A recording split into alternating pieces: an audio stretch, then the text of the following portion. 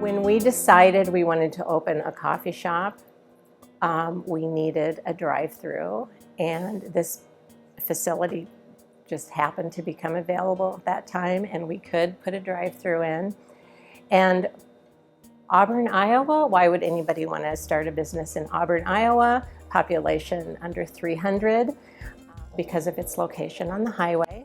So my goal was to snag 1% of the traffic, and we're at 2%, so I'm really pleased.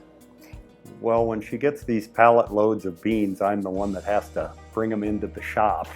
I get the work out of the deal, but she's definitely the roaster and professional at her job here. Coffee, I'm the coffee drinker. I love coffee. I drink a lot of coffee. I'm very rarely without a cup of coffee, so I guess it was I was the inspiration maybe a little bit. It is a lot of work, but it's the craft.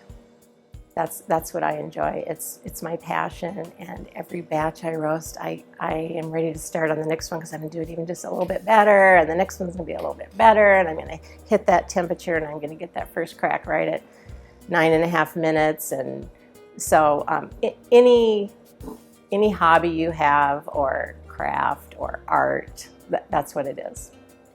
Well, it was real interesting.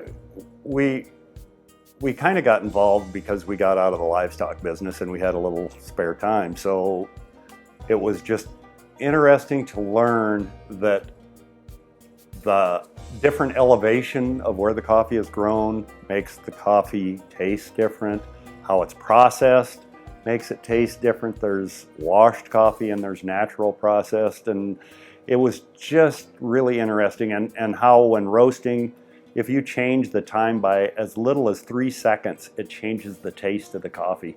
So, just like farming, when we plant the seed, you change the population of the crop, it changes your yield. I mean, it was really interesting. We had a good time learning about that. Coffee is in the same realm as wine tasting and beer tasting. This is a wheel of the coffee flavors. There are 800 descriptors in coffee tasting. I would suggest, when you're trying to determine the flavors of coffee you like, to take a sip of your coffee and chew it like a solid food. So it's in the back of your mouth, and you will taste so many more flavors than you realized you were drinking in your coffee.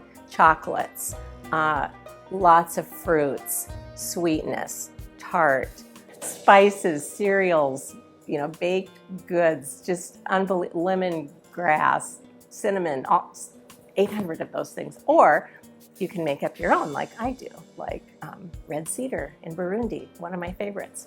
Thrilled to serve and roast for people that appreciate those flavors and they know what they're looking for.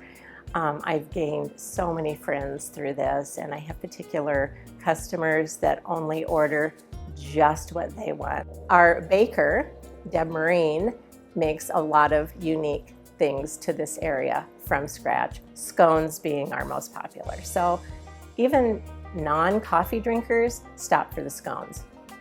When I got started roasting, I adopted the tagline, "Get roasted and stay grounded," because when the roaster was in our barn, it has to heat up for 30 minutes, so I didn't want to leave it alone in the barn.